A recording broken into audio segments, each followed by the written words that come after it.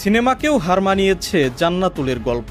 এক বধূর দুই স্বামী। প্রথম স্বামীর সঙ্গে সংসার চলাকালে বসেন দ্বিতীয় বিয়ের পিঁড়িতে। অধিকার থেকে বঞ্চিত করেননি দুই স্বামীর কাউকেই। দুই স্বামীরই মন জয়ে ছিল না কোনো কমতি। তবে হঠাৎই বাধে বিপত্তি। প্রায় 2 বছর দুই স্বামীর সংসার করার পর অবশেষে বিষয়টি জানাজানি হলে এলাকায় চাঞ্চল্যের সৃষ্টি হয়।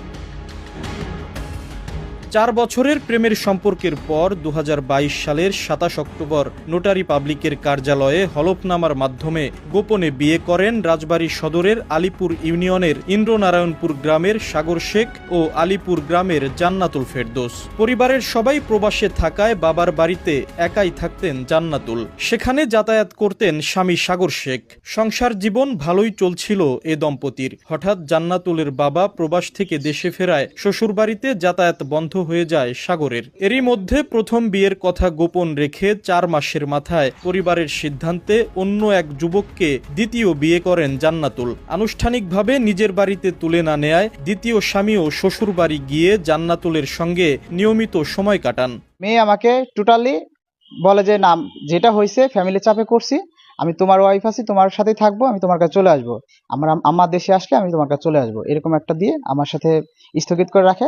আমার সাথে সবসময় তার চলাফেরা, সবসময় যোগাযোগ হচ্ছে, সবসময় আমার সংসার করতেছে, আমরা একসাথে থাকতেছি।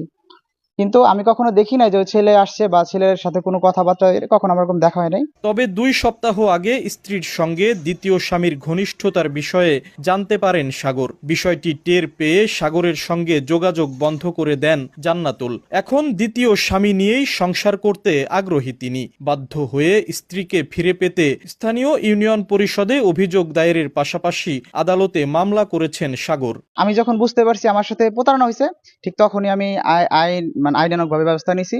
আমাদের চেয়ারম্যান সাহেবের কাছে আসছি, মেম্বার সদস্যরা সবাই ছিল, তারা সবাই সবকিছু জানে এবং তারা সবাই দেখছে আসলে আমার সাথে ফুলভাবে প্রতারণা হয়েছে।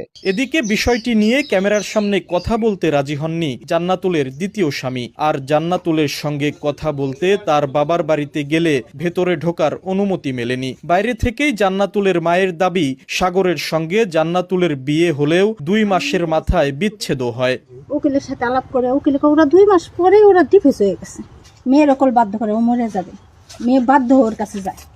তারপর 3.5 লাখ টাকা পাঠানোর পরে ও রাজবাড়ি গেছে, ওর ইসেরটা ভ্যাগের কার্ডটা নিয়ে ও 2 লক্ষ টাকা উঠিয়ে নিয়ে গেছে, আমার মেয়ের বাধ্য করছে। তবে স্থানীয় জনপ্রতিনিধি বলছেন সাগর ও জান্নাতুলের বিবাহ বিচ্ছেদের কোনো নোটিশ পাননি তারা।